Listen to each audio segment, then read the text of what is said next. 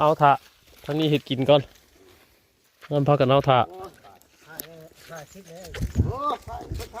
ถ่ายอยู่เนี่ยไปไล่ก็ตายเลยไปก็เพิ่นดีเลย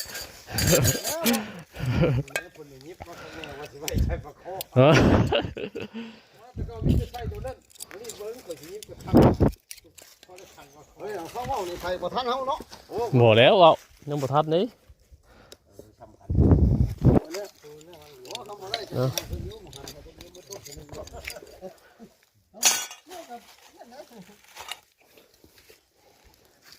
อันว่า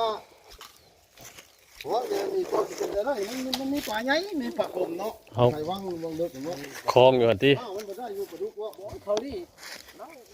มันแตกกันเนาะไปเบิ่งว่างนี่แหละมันบอกว่ามันนั่นเลยนี่เกี่ยวเขาไฟด้วยเหรอข้างไฟได้ก็ดีเลยข้างไฟก็ดีเดี๋ยวปลามันก็ต้องสมูกเยอะด้วยหรอเราก็ได้อยู่บ่ไม่ได้เหรอว่าโอ้ชื่อ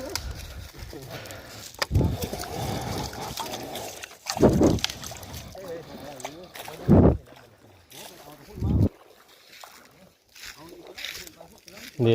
เรามาเลยนะนะเอาน้ำใส่สิใส่ลายเด้อไปล้างปลาก่อนน้ำมันนี่บ่เอาน้ำมันนั่นนี่เป็นน้ำหนองบ่ได้น้ำกินเลยกินข้าวก่อนทำงูบ่ได้ตื่นมาตื่นก็ทางกันจริง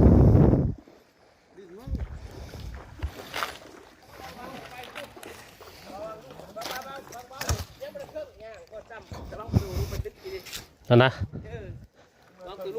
ยังไม่ได้เครื่องยืดดีหรอวะคำหมูฮอดโอ้เราหลายๆเลยอะไรกลัวหมูเนี่ยแกงเนี่ยเอาหมูว่าไว้ว่ะแกงพี่น้องเอ้ยมันนี่แกง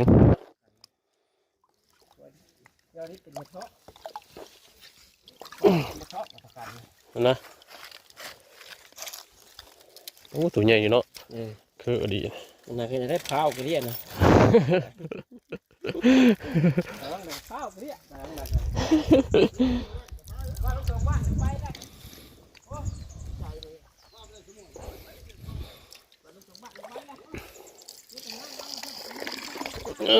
เมนูแกง